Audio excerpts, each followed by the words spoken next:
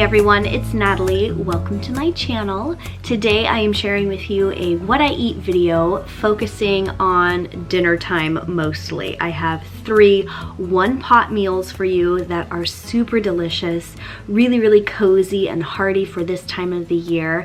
And best part of all, they can be made in one pot, which makes assembly and cleanup super easy afterward. I have a crock pot meal, an instant pot pressure cooker recipe, as well as a recipe that I make in my cast iron Dutch oven on the stove top. I am definitely what you would call a dump cook, so I just kind of dump ingredients together, but I will in the description box have as close to accurate measurements and full recipes there for you guys if you want to refer back to them. So if you enjoy this video while you're watching it, you got some inspiration, give it a thumbs up, and if you think a friend of yours would like to see these recipes as well, I would love it so much if you would share on your Instagram or on your Facebook, tag me in an Instagram post or in your Instagram story, and I'll be sure to reshare. But for right now, let's head into my first recipe, which is Swedish meatballs. Now, I am not someone who is Swedish, so I don't know if how I am making it is necessarily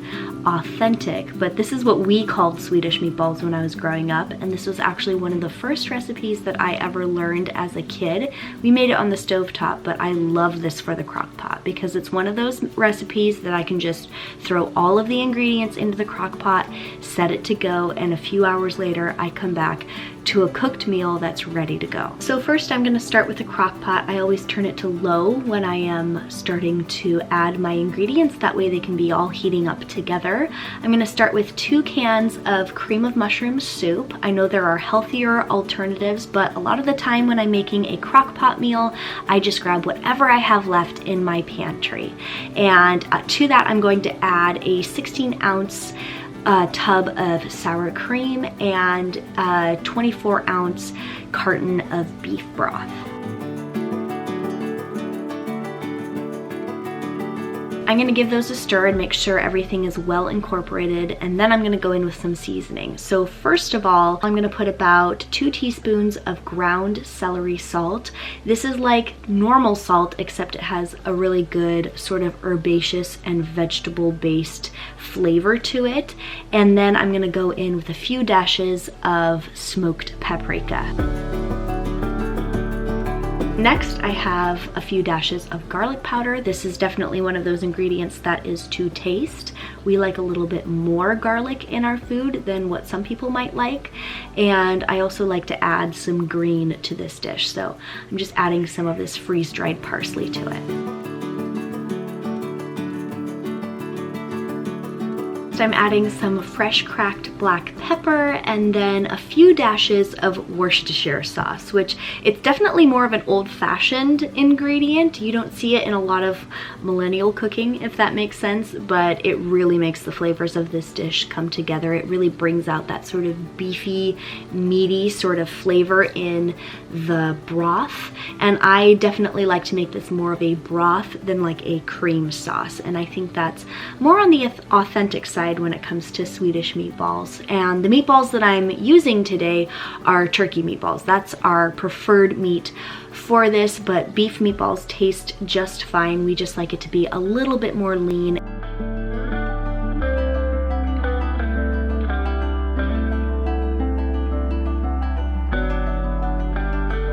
I'm going to coat the meatballs in that cream broth and then pop the lid back on and check to make sure that I am still on the low setting for my crock pot. And this cooks for anywhere from 2 to 6 hours, just depending on what I have going that day and how early I started this.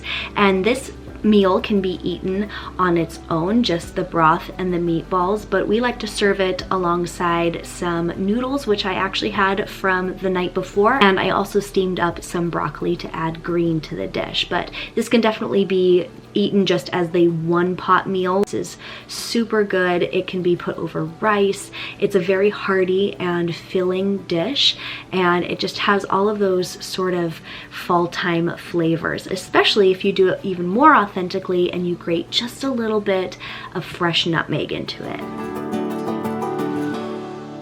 Next, we have an Instant Pot recipe that I love. I actually used to make this recipe in my crock pot, but the Instant Pot makes it happen so much faster. This is my butternut squash soup. It is so yummy. So first we're gonna start with a white onion, and you can just roughly cut this up. It's all going to be pureed later, so the pieces don't have to be even or perfectly sliced. I just roughly cut up an onion. I'm also going to throw a little bit of olive oil in there, and I've turned the pressure cooker on to the sauté setting so that it's heating up and I'm able to roast up and sauté up the vegetables before adding the broth and adding the butternut squash and letting it cook for a little while. Next, I'm adding some whole garlic cloves. Again, these don't need to be chopped up because they are going to be pureed later. I'm gonna let those roast up along with some celery. I throw in the leaves and all, because again, it's going to be pureed, so it doesn't really matter texture or aesthetic wise. It all is just going to be baby food basically in the end. And I'm going to give that a good stir. It starts to smell so good by this point, but the real scent comes from the herbs that I add to it. I have these fresh herb pots on my windowsill. I'm clipping some thyme and some rosemary. I've also put sage in this recipe, but I didn't have any on hand. Usually if I'm making a one-pot recipe, the ingredients are mostly just what I have on hand. I don't make special trips for the ingredients for them. And so this one didn't include the sage like it normally does, but this makes my kitchen smell so amazing. And next I'm gonna go in with this Nor Selects. It's a tomato bouillon and it has chicken flavoring in it. For those of you who want to make this recipe vegan, you can definitely leave this out or find a vegetable bouillon substitute that is vegan, but this is what we had on hand. So I do like vegetable broth as the stock for this soup though. I just think it gives it that nice herbaceous sort of flavor. And so I'm going to pour a whole 24-ounce carton of vegetable broth in. Now here is something that I have recently discovered. Even though it may seem like buying the whole food and chopping it up yourself would save you money, actually, and especially during this time of the year, the pre-chopped butternut squash in little bags, like the steamable bags, ends up being less expensive because when you are processing your own whole butternut squash, there's a lot of waste product with that rind that you end up throwing away or throwing into your compost. It is definitely more cost effective and way easier to just buy the cubes. And I also added a half of a Granny Smith apple that one of my kids didn't finish from their lunchtime. This is really like just grabbing whatever I have in the pantry and just kind of throwing it in here. So I'm giving a generous grind of black pepper and then about a tablespoon and a half of tomato paste.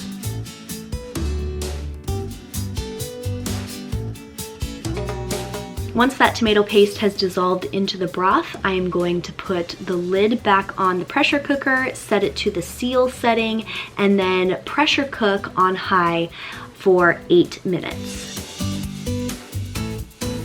Once that is done, I'm going to release the steam valve, and once that's done, I'm going to open the lid and grab my immersion blender, which is the hero of this dish. It does so well. I just stick it in there and blend away, and it makes the most beautiful, perfect, velvety smooth puree.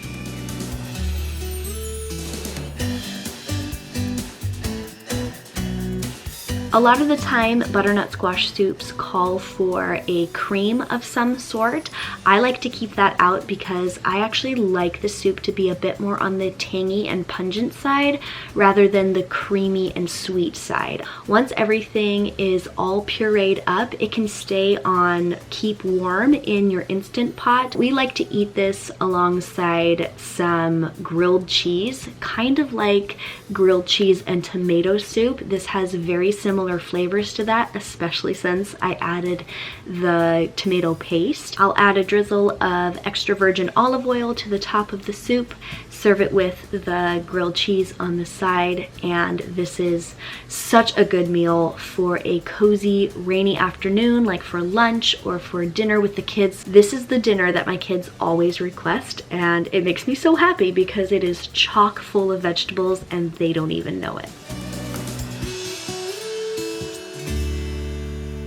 Next, we're going to use my cast iron Dutch oven. It's very, very versatile, oven safe, so I can make something in it that I can also pop into the oven. It withstands very high heat, and today I'm just using it on the stovetop because it is my biggest pot, and I definitely need a big pot when I'm putting together this chili. This is a white turkey chili, and it's super easy to put together. I'm just gonna start with one whole white onion. I actually had this diced from another recipe that I made the day before, so I just dumped it in and let that caramelize a little bit on the bottom. And once those onions start to turn brown a little bit, I'm going to add 2 cans of mild diced green chilies. This is the ingredient that actually gives so much flavor to the chili. It's really important for this recipe, and I like to saute it in with those caramelized onions to really bring out that chili flavor. Next, I'm going to add about 2 pounds of ground turkey and break them up and let them brown before going in with the beans. So we're doing cannellini beans, which are basically white pinto beans, and then Great Northern beans, which are basically white kidney beans. So you have a difference in sizes. I'm doing 3 cans of each and mixing that all around with the onions, the chilies, and that ground turkey.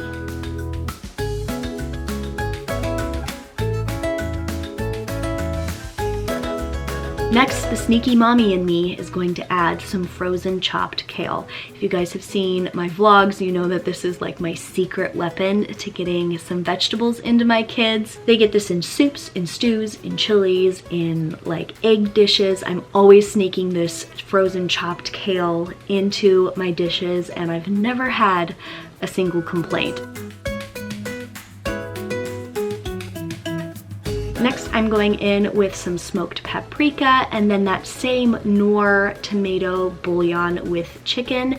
This just adds really good flavor to the dish, and something about the tomato bouillon has this nice sort of tart undertone that adds a certain acidity to the dish that makes it really, really punch up the flavors. And that is it. I'm going to put the lid back on, turn the stove down to low, and let this simmer until whenever we decide to serve dinner. And just like my other meals, this can be eaten on its own. It's a meal in and of itself, but we like to eat our chili over rice, which we cook in the pressure cooker. Sometimes we'll eat it over pasta if we have some of that left over. And I always love to top my chili with sour cream and fresh chopped chives.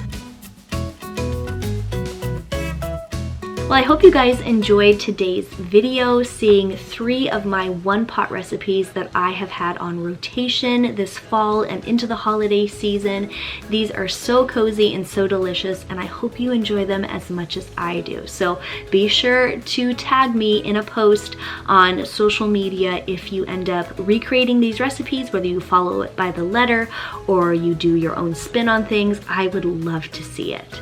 I hope you guys are having a wonderful day wherever you are. Thank you for spending part of it here with me on my channel. Before you go, I'd love it so much if you would check out some of my other videos. Thank you so much for watching today's video, and I'll catch you later. Let there be rain, and there